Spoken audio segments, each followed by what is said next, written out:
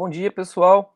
Hoje, dia 27 de setembro de 2021, a gente está começando mais uma aula da disciplina de projetos elétricos residenciais prediais. Nós estamos estudando a unidade 8, que eu já havia comentado na semana passada, talvez aí a unidade mais importante para a disciplina de projetos, que é quando a gente vai fazer os dimensionamentos dos nossos circuitos. Na semana passada, nós vimos um pouco sobre os tipos de condutores e proteções que nós utilizamos em instalações residenciais. E estudamos também o dimensionamento pelo critério da capacidade de corrente. E aí, para não estender muito a aula da semana passada, quando nós chegamos no exemplo, eu falei que nós resolveríamos o exemplo na aula de hoje. Tô certo?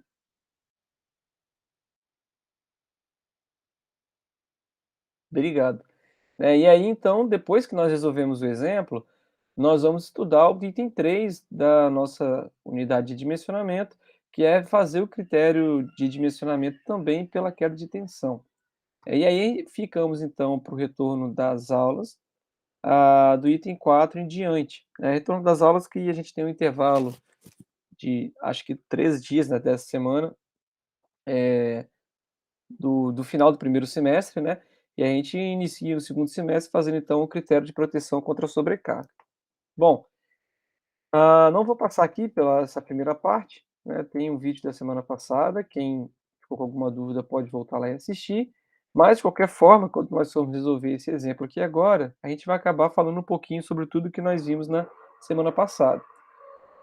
Bom, então o exemplo ele pede é um exemplo, simples, né, alguém foi lá, analisou uma parte do projeto de instalações, igual vocês fizeram lá no trabalho 1, onde vocês fizeram a instalação de diversos dispositivos, e aí, um dos circuitos, por exemplo, ele tinha essas características que eu coloquei aqui embaixo, e aí a gente quer fazer então o dimensionamento pelo critério da chamada ampacidade. Qual que é o critério da ampacidade? É aquele que determina a bitola do cabo pela capacidade de condução de corrente daquele cabo. E aí, para fazer isso, nós precisamos, né, de ter todas as informações aqui, que são a potência do circuito, né, que ela pode ser dada tanto em watts quanto em volt-ampere. Entretanto, para fazer o cálculo da corrente, a gente utiliza sempre a potência em volt-ampere. Então, como é o dado desse problema aqui, onde a potência foi fornecida em watts, nós vamos convertê-la para volt-ampere utilizando o fator de potência, né, que é aquela relação entre potência aparente, potência ativa e potência reativa, que eu comentei rapidamente em algumas aulas passadas, mas que provavelmente vocês já estão estudando ou vão estudar ainda na disciplina de ACCA. Ah, Nós precisamos saber se o circuito é monofásico, bifásico, trifásico e a sua tensão de alimentação. Nesse caso aqui, ele é um circuito monofásico, cuja tensão de funcionamento é 127 volts. Ah, Precisamos de conhecer a temperatura ambiente, porque pode ser que seja necessário que nós façamos a correção dos dados tabelados pelo fabricante, dado que a tabela de capacidade de condução de corrente dos condutores, ela é fornecida para a temperatura ambiente de 30 graus.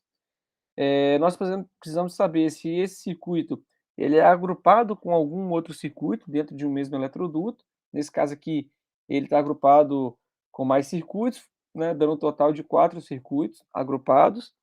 Eh, e aí aqui só uma ressalva, né, já lembrando o que eu havia comentado na aula passada, se você no caso do trabalho 1, por exemplo, vocês devem ter percebido que em alguns eletrodutos o circuito ele está agrupado com mais um, com mais 2, em outros eletrodutos o mesmo circuito ele passa individualmente, ou ele pode estar agrupado com 4 circuitos, por exemplo, né. E aí, quando a gente vai fazer o dimensionamento para esse circuito, a gente considera sempre a pior condição dele. Então, se ele passa em diversos eletrodutos diferentes, e em alguns ele tem um agrupamento maior do que outros, a gente pega sempre para fazer o cálculo, considerando aquela situação onde ele tem mais circuitos agrupados. Eh Também que ele está instalado em eletroduto de PVC rígido, embutido em alvenaria, né, então isso a gente utiliza para determinar o método de instalação, né, para a gente saber em que parte da tabela de capacidade de corrente nós vamos consultar a capacidade do condutor. E além disso que eu quero utilizar, nesse caso, condutores isolados em PVC, que tem uma tensão de isolamento de, eh, 750 volts. Então, são os dados fornecidos para o nosso problema, e são, na verdade, os dados que nós sempre vamos precisar para determinar a capacidade de condução de um fio, capacidade de condução de corrente de um fio, baseado no circuito que ele quer alimentar. Bom, dito isso, né, o que a gente vai fazer, e a gente sempre vai fazer, na verdade, é seguir o passo a passo que eu apresentei na aula passada, né, que ele tem lá, letra A, B, C e D. Em cada uma dessas letras, a gente vai utilizando aquelas informações lá do problema para poder direcionar o nosso cálculo de capacidade de corrente. O primeiro dos itens é o método de instalação, que ele diz respeito de por onde os condutores desse circuito vão passar, né, se é um eletroduto, se é um espaço de alvenaria, se eles vão estar suspensos, né, se eles vão estar no forro de uma casa, por exemplo. E no caso desse problema em específico, que vai ser, na realidade, a maior parte dos condutores que nós vamos projetar para uma residência vão cair num caso como esse, que é o eletroduto de PVC rígido embutido em alvenaria, tá. E aí quando a gente vai lá na nossa norma e procura sobre o método de instalação, ou, né, se a gente pega, eh, deixa eu abrir aqui, uma tabela igual aquela tabela que eu venho sempre comentando com vocês, que é a tabela da Prysmian, né, que é uma tabela bem completa que o pessoal utiliza muito para fazer o dimensionamento. Ela já tem aqui no começo também a definição dos métodos de instalação, né, e aí, eh, basta eu procurar aqui nessa lista, né, qual que é o método, né, no nosso exemplo aqui, eletroduto embutido em alvenaria, e aí eu pego aqui o tipo de condutor que eu quero, né, não é cabo, é condutor, aí aqui tanto Superastic, Superastic Flex, Superastic Afumex, no nosso caso que seria um Afumex, eles vão ser o mesmo método de instalação, que seria B1, né, pegando aquela tabelinha que esse daqui está no livro do Mamed, ele diz lá também, né, condutores isolados ou cabos unipolares, eletrodo de seção circular embutido em alvenaria, método B1, tá. Observem que aqui ele não diz exatamente se é PVC, se é o PR, né, mas aí para poder saber eu tenho que ir lá no fabricante, pesquisar sobre o cabo, né, você vai lá no Google e digita, cabo Superastic Flex, né, vai lá no manual da Prysmian, eles vão ter lá um manual para esse cabo, dizendo todas as características dele, e aí dizendo inclusive qual que são as suas características de isolação, né, tipo de material e assim por diante. Bom, então eu sei que o método de instalação, o método de referência, né, vai ser o B1, né, que é o que a gente vai utilizar depois aqui na frente, na hora de pesquisar a capacidade de condução de corrente para cada bitola do fio. Vou voltar nessa tabela daqui a pouco. A gente vai para o ponto B da tabela, que é encontrar a corrente de projeto. Ou seja, a corrente de projeto é baseado na carga que eu tenho lá instalada, que eu estou alimentando com esse circuito, qual que é a corrente que vai circular ali devido à potência dessa carga. Então nós sabemos pelo problema, né, pelo enunciado do problema, que nós temos um circuito de 1.600 watts, cujo fator de potência é 0,8 e a tensão de alimentação 127. Utilizando a equação para cálculo de corrente, né, que é a potência ativa, né, dividido pela tensão nominal, vezes o fator de potência, que é o cosseno φ, vezes o rendimento. Caso vocês não tenham, já tenham direto a potência aparente, né, a gente não precisa de colocar o Pn sobre o cosseno φ, basta dividir a potência aparente, que é o S, por V vezes N. Tá? N está aqui, o rendimento, quando ele não é fornecido, a gente considera que ele vale 1. Tá? O rendimento ele é mais utilizado no caso de transformadores e motores elétricos, tá bom? Então, nesse caso aqui, a potência de 1.600 watts, perdão, dividido pela tensão nominal de 127, vezes o fator de potência, que é 0,8, não tem um rendimento, então eu nem coloquei ele aqui na hora do nosso cálculo. Fazendo essa operação aqui, nós chegamos a uma corrente de 15,75 amperes, né? Então, essa corrente aqui é a IP, que é a corrente de projeto, ou seja, é a corrente calculada baseada apenas na potência da carga, no seu fator de potência e na tensão de alimentação da carga. Aí nós vamos para o item C, tá? O próximo item é o item que a gente faz a determinação do tipo de condutor, né? Na verdade, se nós estivéssemos fazendo um projeto, nós poderíamos fazer essa escolha Ah, essa poderia ser uma escolha junta com a pessoa que contratou o projeto, né, eh, informando para ele as características dos condutores: "Ó, a gente tem esse condutor que pode ser utilizado, esse outro, esse é mais caro, esse é mais barato, né, a isolação desse daqui é um pouco melhor", né. Então a gente pode ir lá no fabricante, pesquisar algumas características e informar para a pessoa que está contratando essas características para ele poder fazer uma opção, tá. Nessa daqui eu já escolhi, né, que seria aí a opção mais barata, não quer dizer que é a pior, né, ambas, eh, são testadas rigorosamente e quando você compra um condutor que está no mercado, é porque a empresa está autorizada a vender esse tipo de condutor, né, então ele é um condutor seguro. É o condutor isolado de 750 volts, de PVC. Aqui, claro, tem diversos fabricantes, né, mas se nós fôssemos escolher, por exemplo, a Prisma, poderia utilizar o cabo Afumex, perdão, 750 volts.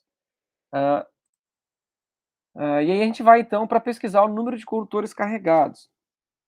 E aí, para fazer essa pesquisa, eu vou olhar para aquela tabelinha que eu coloquei lá também nos slides anteriores, que ela ajuda a determinar o número de condutores carregados baseados no tipo de circuito. Se ele é um circuito monofásico a 2, 3 condutores, se ele é um bifásico sem neutro ou com neutro, e se ele é um trifásico sem neutro ou com neutro, tá? No caso do nosso problema aqui, nós temos um circuito monofásico, deixa eu retornar aqui, ele fala que é um circuito monofásico 127 volts, né. Eu vou considerar que é um circuito, onde nós temos 3 condutores, que são fase, neutro e proteção, né, então ele se enquadraria nessa linha, que é a linha para 2 condutores carregados, ou seja, o nosso circuito ele é um circuito de 2 condutores carregados. É, aí nós vamos então para o próximo item, que é a determinação do fator de correção de temperatura, né. Nos foi informado que a temperatura ambiente é de 40 graus.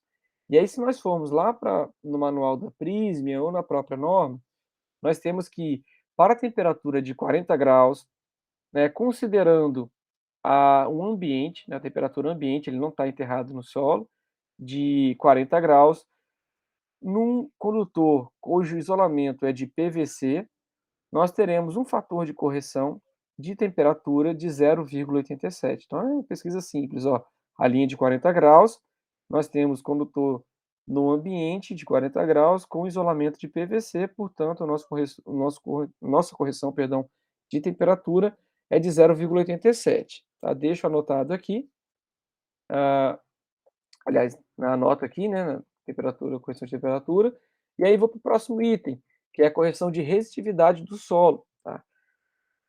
Esse condutor ele não passa pelo solo a princípio, né, pelo menos eu não informei isso, então eu vou considerar que ele passa pela parede mesmo, e que é fator de correção de resistividade do solo, observe que não é temperatura do solo, é resistividade do solo, ele vai ser igual a 1, tá bom.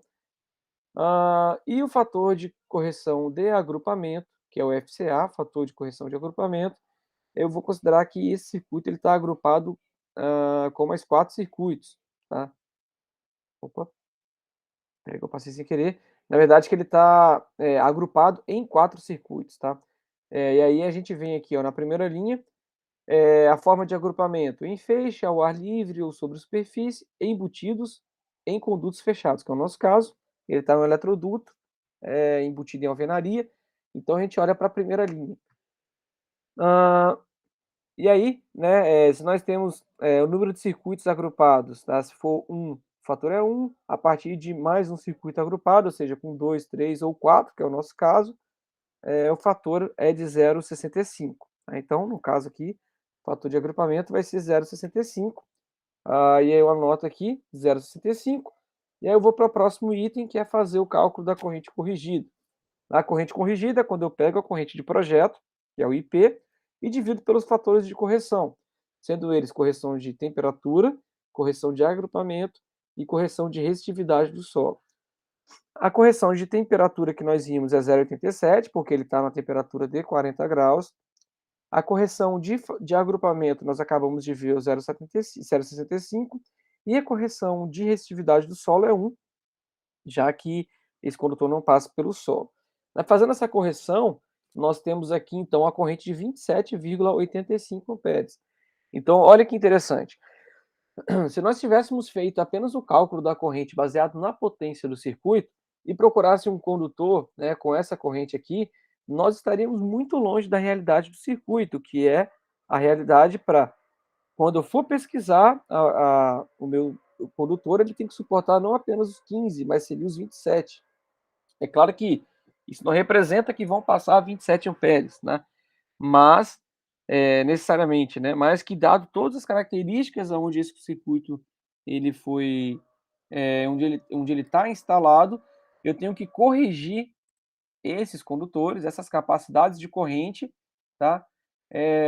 Para vir como se fosse um condutor que tivesse que suportar os 27,85 amperes. E aí, né, eu pesquiso então nessa tabelinha que eu estava mostrando aqui, qual condutor que suporta. Desculpa, gente, é o mouse aqui que eu aperto sem querer. Qual que é o condutor que suporta essa capacidade de corrente, né? Então eu venho aqui nessa tabela, de novo, eu tenho que olhar o cabo, que é o AFUMEC 750, ou seja, estou na tabela certa. Esse cabo, perdão, essa tabela é para 2 e 3 condutores carregados, no nosso caso, 2 condutores carregados. A temperatura do condutor é 70 graus, que é a característica do condutor de PVC. Com a temperatura ambiente 30 graus, e se for no caso do solo, 20, né? Mas a gente já aplicou correção de temperatura para 40, né? Então, mas é essa tabela mesmo que nós utilizamos. Aí aqui nós temos os métodos de instalação, A1, A2, B1, B2, C e D. No nosso caso, o método de instalação é o B, ou seja, eu vou procurar nessas duas colunas, sendo mais específico na coluna da esquerda, que é a coluna para 2 condutores carregados. Vocês conseguem ver a tabela bem aqui no vídeo de vocês?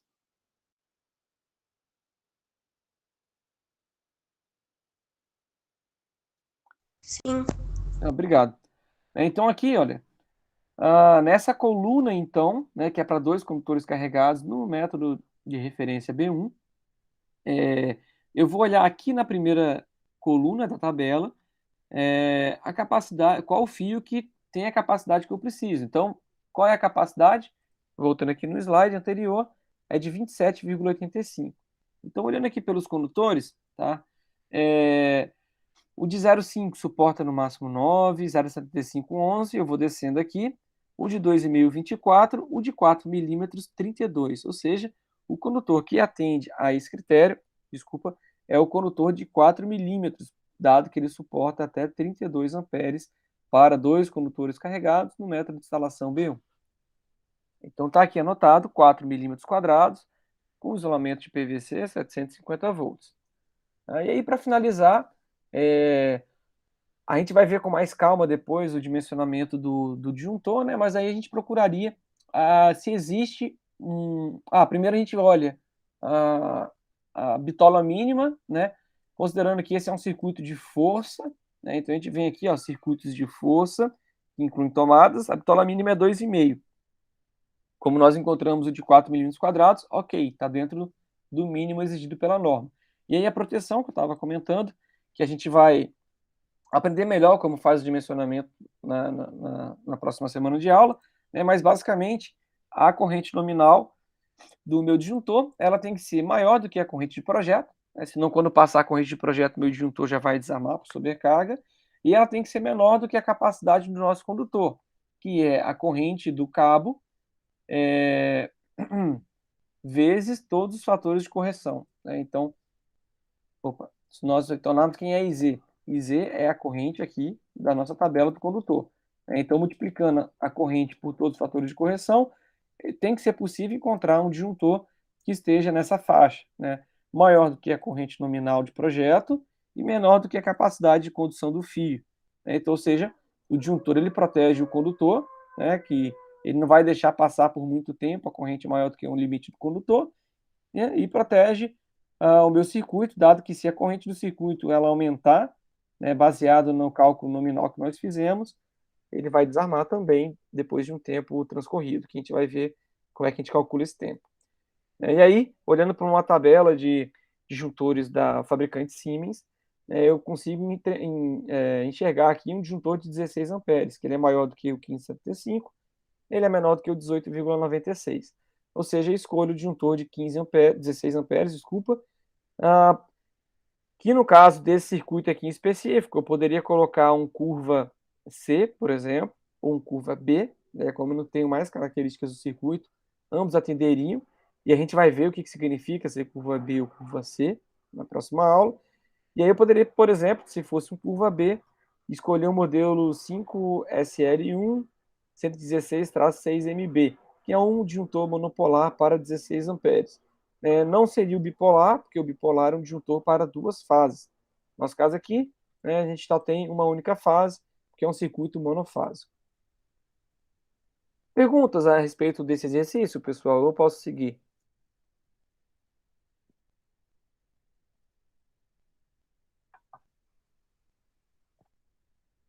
Obrigado, Daniele. Então, assim, a gente vai, né, na sequência, né, essa seria a próxima etapa do trabalho que vocês fizeram em instalações. Ou seja, lá vocês distribuíram os condutores para cada um dos circuitos, né, colocaram lá fase, neutro, retorno, né, fase, neutro, proteção para cada um dos circuitos. O próximo passo seria esse daqui. Para cada circuito daqueles que vocês fizeram, né, então tiveram alunos que aliás, esse último trabalho eu dei os circuitos prontos, né? Mas no trabalho anterior tiveram pessoas que fizeram 12 circuitos, pessoas que fizeram 16, 20 circuitos. Então, o próximo passo seria pegar cada circuito daquele e determinar a corrente baseado na potência do circuito que você agrupou lá, né, naquela tabelinha com os circuitos da instalação. Observem, não é difícil, tá? Se seguir sempre essa etapa aqui, eu acredito que você nunca vai errar no dimensionamento do condutor.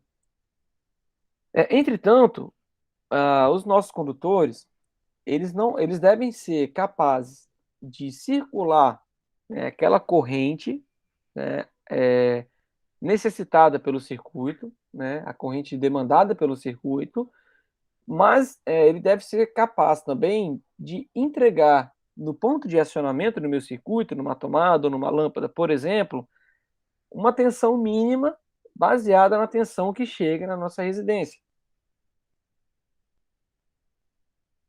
E é por isso que a gente deve também verificar se aquele condutor que nós escolhemos, pelo critério da capacidade de corrente, se ele vai alimentar a minha carga, entregando a ela uma tensão mínima de funcionamento. Tá? Ou seja, nós calculamos uma queda de tensão, que é baseado na tensão que eu tenho na alimentação da minha instalação, quantos por cento dessa tensão ela vai ficar nos condutores até o ponto de acionamento da minha carga. Aí existe um limite determinado pela NBR 5410, né, de queda que nós podemos ter. Né? Ela determina lá três situações. Na situação A, que é a situação das nossas residências, que é onde nós somos atendidos por um ramal de baixa tensão, um ramal de BT, a partir de uma rede BT. Ou seja, na nossa rua, nós temos os cabos de baixa tensão, que são lá 127 volts fase neutra, 220 fase, que são eles que são utilizados para a alimentação da nossa residência. Então, nesses casos, a norma diz que nós podemos ter uma queda de tensão máxima desde a entrega, né, lá no ponto de medição da nossa residência até a tomada que está instalada lá no circuito terminal, uma queda máxima de 5%. Né? Sendo que nos circuitos terminais, que são aqueles que saem do quadro de distribuição e vão até a carga propriamente dita, nós podemos ter uma queda de tensão máxima de 4%, ou seja, a queda de tensão, né, que nós vamos procurar, ela vai ser sempre menor ou igual a 4%. E nos casos B e C, o caso B é quando a gente tem uma alimentação por uma rede de AT, de alta tensão, que são os casos de condomínios maiores, por exemplo, os prédios, onde nós temos que ter o próprio transformador, como é o caso da nossa escola, por exemplo, nós temos uma subestação lá na escola, que fica à direita do bloco A. Então, nessa subestação onde nós recebemos em alta tensão, nós podemos ter uma queda de tensão máxima um pouco maior, né, sendo ela considerada de 7%. E naqueles casos onde nós possuímos geração própria, nós podemos ter também esse limite de 7%. Entretanto, nesses dois últimos casos, no B e no C, a norma diz que ele pode ser até maior do que 7%, ou seja, nós podemos acrescentar 0,05% para cada metro, caso o circuito ultrapasse os 100 metros de comprimento, né? Ou seja, passou de 100 metros, a cada metro adicional, nós podemos acrescentar 0,05%, sendo que o limite de acréscimo é de 0,5%, ou seja, aquele 7% pode chegar até 7,5%, né? E aí vão ser circuitos de comprimento grande, né? Então, num desenho aqui para nos auxiliar, nós vamos sempre nos balizar por essa figurinha da esquerda. Da chave geral dos medidores, né, aquela que está numa residência que fica lá no muro, do lado de fora, até o ponto, né, final, que pode ser um motor, uma motobomba, uma lâmpada, por exemplo, nós podemos ter 5%. Sendo que nós vamos considerar, né, no máximo, assim, para dividir esses 5%, 1% entre o quadro geral, o quadro de medição, e o quadro de distribuição terminal, que é onde ficam os nossos circuitinhos lá, e 4%, né, dos circuitos terminais, né, ou seja, do quadro de distribuição até os pontos de acionamento, que são lâmpadas, tomadas e assim por diante. Bom, e aí para calcular a queda de tensão, nós podemos fazer, podemos calcular com o circuitinho elétrico, que vocês fizeram lá desde a CCC, acredito que estão acostumados a fazer, né? Um circuito ele é bem simples, nós temos uma fonte, a resistência do condutor fase, uma carga e a resistência do condutor neutro. Então, o circuito todo em série, né? Se nós temos a corrente que vai circular ali, basta multiplicar a corrente pela resistência dos cabos, que nós encontramos a queda de tensão nos cabos, e aí com a queda de tensão nos cabos, a gente calcula qual o percentual daquela queda de tensão em relação à tensão de alimentação, por exemplo, de 127 volts, e aí chegamos assim, né, a qual a porcentagem de queda de tensão que nós teremos no nosso circuito. E aí lá no fabricante ou na própria norma nós temos lá a resistência, né, na verdade, mais corretamente falando, a impedância, né, dos nossos condutores, porque, né, como a gente vai estar falando aqui de instalações elétricas em corrente alternada, nós vamos ter uma parte resistiva e uma parte indutiva. Vocês já estudaram indutores?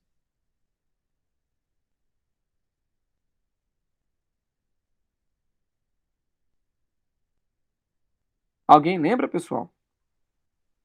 Estudaram, né?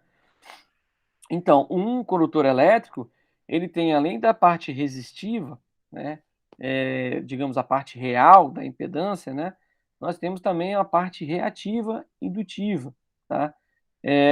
Que também vai ser considerada na hora de fazer o cálculo da queda de tensão. E aí, para cada bitola aqui, 1,5, 2,5, 4, 6, 10, né, nós temos aqui uma reatância indutiva e uma resistência elétrica que nós utilizamos para montar o circuito e calcular a queda de tensão. E aí existem algumas equações que nos auxiliam, né, para a gente não precisar de ficar montando o circuito, né? Quando o circuito é monofásico, basta multiplicar IP vezes o comprimento, vezes a resistência de corrente alternada, que é essa daqui, vezes o fator de potência, mais a impedância, reatância indutiva, desculpa, vezes o seno do ângulo do fator de potência, tá? O comprimento aqui, ele entra na fórmula, porque essa tabela aqui, ela é dada em ohms por quilômetro. Ou seja, para eu achar a resistência em ohm, eu tenho que multiplicar pelo comprimento do circuito, em quilômetros, né? Então aqui entra o comprimento do circuito em quilômetros para poder fazer a correção e sobrar só a resistência aqui no cálculo da reatância e da resistência elétrica do nosso condutor.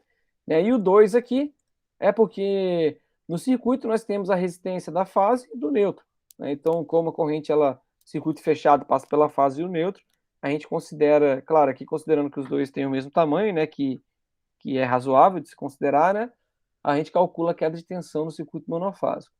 O que muda para o circuito trifásico é que, ao invés de nós termos 2 aqui, né, nós colocamos a raiz de 3 aqui, vezes a corrente de linha. Entretanto, né, para a gente não precisar de ficar fazendo essas contas aqui, né, e ficar procurando cosseno φ, seno φ, o que nós podemos fazer é utilizar uma tabela, chamada de tabela de queda de tensão unitária, tá? Que já, aqui, né, que ela já determina para a gente a queda de tensão em volt por ampere quilômetro, baseado num fator de potência, tá? Que a gente pode aproximar para ver se fica mais perto do 0,8 ou do 0,95, e se o eletroduto onde ele está instalado ele é de material magnético, no caso dos eletrodutos metálicos, ou não magnético, no caso dos eletrodutos em PVC. E aí, né, como é que a gente faz para determinar a queda de tensão com essa tabela? É bem simples. A gente pega o comprimento, né, de novo, tem que estar em quilômetros, porque a tabela é em volt por ampere quilômetro, né, multiplica pela corrente de projeto, né, e multiplica pelo delta unitário para aquele fio. Então, por exemplo, se eu tenho um fator de potência de 0,8 com cabo de 10 milímetros, o delta V unitário é 3,63. Então, multiplico aqui o 363 pela corrente de projeto, pelo comprimento do circuito em quilômetros. Vou achar a queda de tensão em volts. Para eu descobrir, né, a queda de tensão percentual, basta multiplicar por 100 e dividir pela tensão do circuito. E aí eu verifico, ó, a queda de tensão ela é menor do que o máximo admissível, por exemplo, 4% para o circuito terminal. Se for, opa, esse condutor serve. Se não for, se ela der, por exemplo, 5, 6%, eu tenho que pegar o próximo condutor. Então, se lá no cálculo da ampacidade eu tinha encontrado um condutor de 4 milímetros, agora, e a queda de tensão deu maior do que 4%, o que eu vou fazer vou pegar o próximo, que é o de 6. Bom, o de 6 milímetros eu sei que já atende ao critério de capacidade de corrente, porque se o de 4 já atendia, se eu pego um condutor de bitola maior, né, melhor ainda vai ficar para o meu circuito.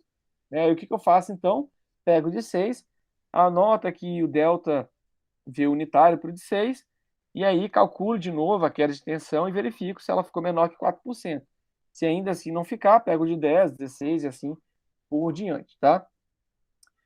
Numa residência é muito comum, como os circuitos eles têm comprimentos pequenos, né, de 10 metros, de 5 metros, é muito comum que o critério de ampacidade, né, quase sempre já vai ser o critério final, ou seja, poucas vezes a gente vai precisar de trocar a bitola do condutor devido à queda de tensão.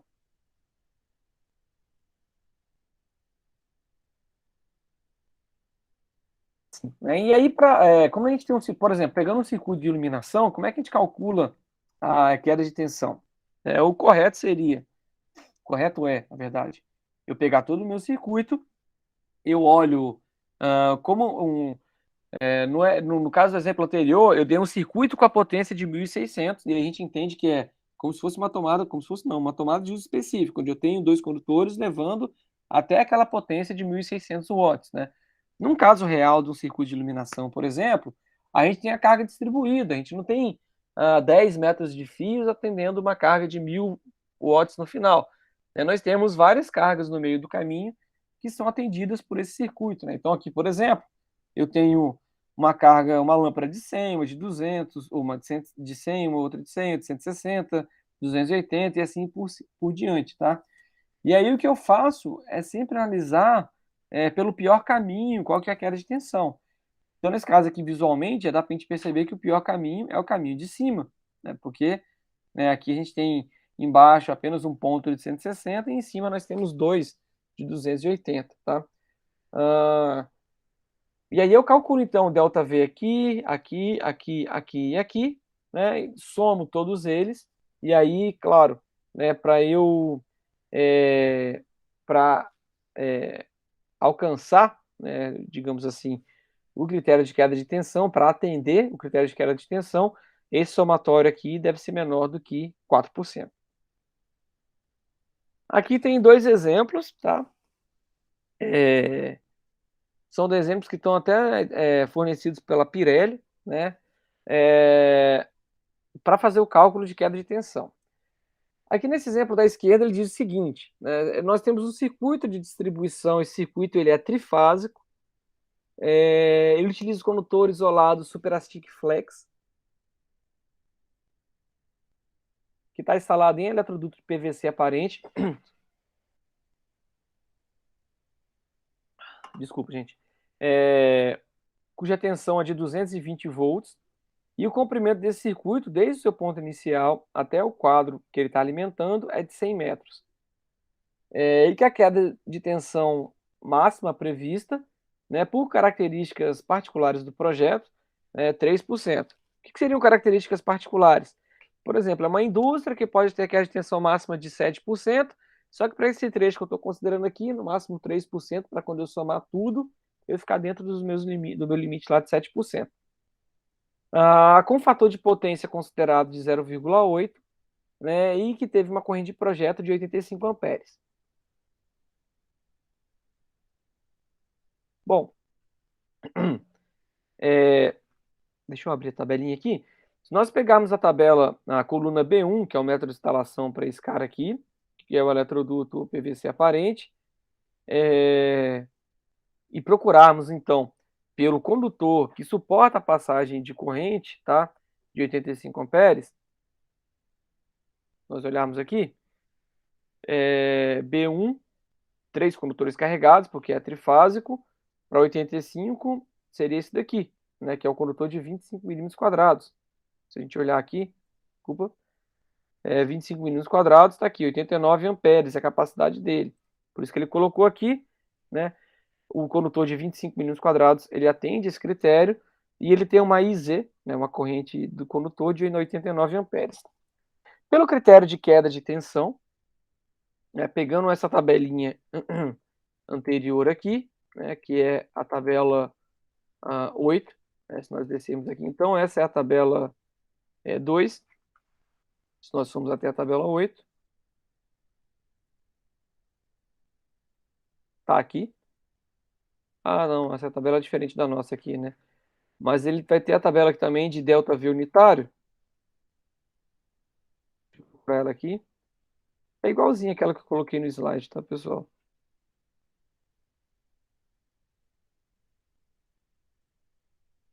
Aqui. E nós olharmos o cabo de 25 milímetros quadrados, fator de potência de 0,8. Então, fator de potência de 0,8, eletroduto de PVC, circuito trifásico. Eu estou aqui nessa coluna. Né, para o cabo de 25 milímetros quadrados, que é esse daqui, nós temos, então, um ΔV unitário de 1,33, né?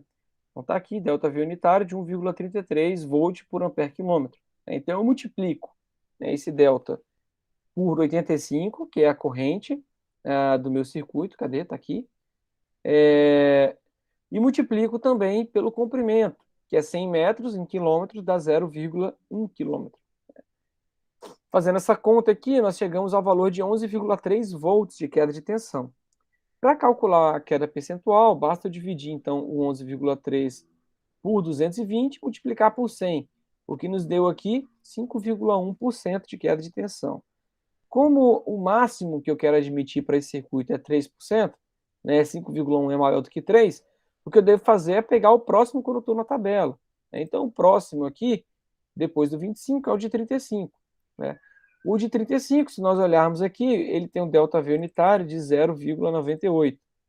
Repetindo a conta agora para 0,98, nós chegamos a 3,78%, ou seja, ainda maior do que 3%. O que nós fazemos então? Vamos para o próximo condutor, que é o de 50 milímetros quadrados.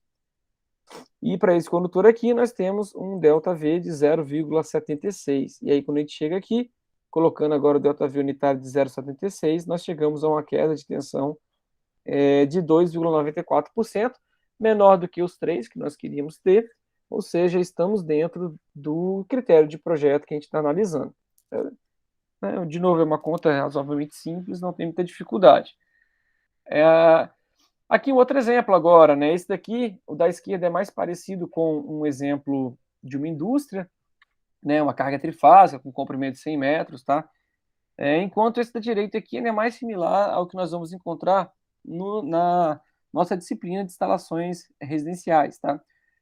Aqui nós temos um circuito monofásico de tomadas de corrente, né? Então aqui nós temos 4 tomadas. Pelas potências, é sugestível que seja um circuito de cozinha, né? 3 tomadas de 600 volt-ampere, uma tomada de 100 volt-ampere. E aí, esse circuito, ele foi utilizado nele um condutor Superastic Flex, e ele está sendo utilizado em eletroduto de PVC embutido em alvenaria. Tá? A tensão desse circuito é 127 volts.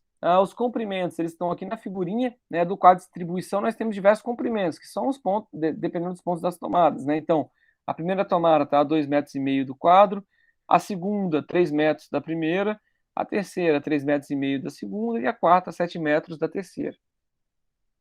E eu quero, nessa situação aqui, uma queda de tensão máxima de 2%, tá? Considerando o fator de potência de 0,95, e considerando as correntes indicadas na figura, né? Então, aqui eu considerando 127 volts de tensão, as potências que estão aqui, a gente encontra para a primeira tomada 4,72 amperes, para as três primeiras, na verdade, né? Porque elas são iguais, né? E para a última, 0,79 amperes. E aí, né, pensando em termos de circuito, em cada trecho de cabo desse daqui, nós vamos ter uma corrente diferente que vai dar uma queda de tensão diferente, né? Aqui no último vai estar passando apenas a corrente da última tomada. Nesse penúltimo trecho está passando a da última mais a da tomada C. Né? No segundo trecho vai estar passando a da tomada C mais a tomada D mais a tomada B, ou seja, que dá 10,23. E no primeiro trecho, que é onde vai ter a maior queda de tensão, nós vamos ter passando por ali o somatório de todas as tomadas que a gente tem instaladas aqui. Tá? E aí, né, uma forma fácil de fazer isso daqui é o seguinte, né, a gente vai lá na tabela, né, primeiro a gente calcularia, né, todos aqueles critérios anteriores e, por exemplo, chegou aqui a um condutor de 1,5 milímetro quadrado. Tá? E aí, condutor de 1,5 milímetro quadrado, se a gente for lá naquela tabelinha do começo, nós vamos ver que ele tem uma capacidade de corrente de 17,5 amperes, né, ou seja, ele atende, né, esse critério aqui de 14,95. Aí a gente vai calcular a queda por trecho. Qual que seria a queda de tensão para esse primeiro trecho aqui? Seria o delta unitário do cabo que está aqui, vezes a corrente, que é o 14,95, vezes o comprimento em quilômetros, que dá 0,0025 quilômetros, que são esses 2,5 metros. Faço mesmo para os outros trechos, para o trecho AB, BC e o CD. Né? E aí, né, para continuar com os cálculos aqui, como eu quero ter uma queda de tensão máxima de 2%, eu calculo quanto que vale 2% de 127, né, que dá o 2,54. E aí, né, ou seja, somando todas essas quedas de tensões aqui, né, essa, mais essa, mais essa, mais essa, elas têm que dar 2,54 volts. Né? Colocando o delta U unitário aqui em evidência, né? Ou seja, delta U que multiplica isso, mais isso, mais isso e mais isso, tá? Que está aqui entre parênteses, tem que ser 2,54. Né? Fazendo essas continhas que estão aqui dentro, né, a gente chega a essa equaçãozinha, 0,0929 delta U tem que ser igual a 2,54. Dividindo aqui, o delta U vai ser igual a 2,54 dividido por 0,0929. Isso dá uma queda de tensão unitária de 27,3 volt por ampere quilômetro. Né? E aí, se nós formos lá na tabela, só voltando aqui, nós temos eletroduto de PVC, ou seja, em fator de potência de 0,95. Então, eletroduto de PVC é não magnético, o circuito é monofásico e o fator de potência é 0,95. Nós estamos nessa tabela. Nós precisamos de um cara que tenha, de um condutor, que atenda, no mínimo, esse 27,3, que tem o delta U de 27,3 quilômetro, tá? Volt por ampere quilômetro, né? E aí, se nós viemos nessa tabela aqui, nós estamos aqui, o de 1,5 é 27,6, tá? E aqui a gente não procura um que seja menor, que seja maior do que o que a gente tem. Né? Eu não posso pegar um que o número seja maior do que 27,3. Tem que ser um condutor que tenha uma queda de tensão menor do que essa, né? Então, o 27,3, o 27,6 do 1,5 é maior do que o 27,3, ele não serve. Então, o condutor que vai me atender é o próximo, que tem 16,9, ou seja, menor do que o 27,3, e aí, nesse caso, esse condutor ele me atende no critério de queda de tensão, ou seja, para esse circuito, eu deveria utilizar o de 2,5, e não o de 1,5, caso eu fosse considerar apenas a corrente de projeto, né, pelo critério de capacidade e condição de corrente do condutor. Espera aí. Isso. Pessoal, dúvida nesses dois exemplos aqui?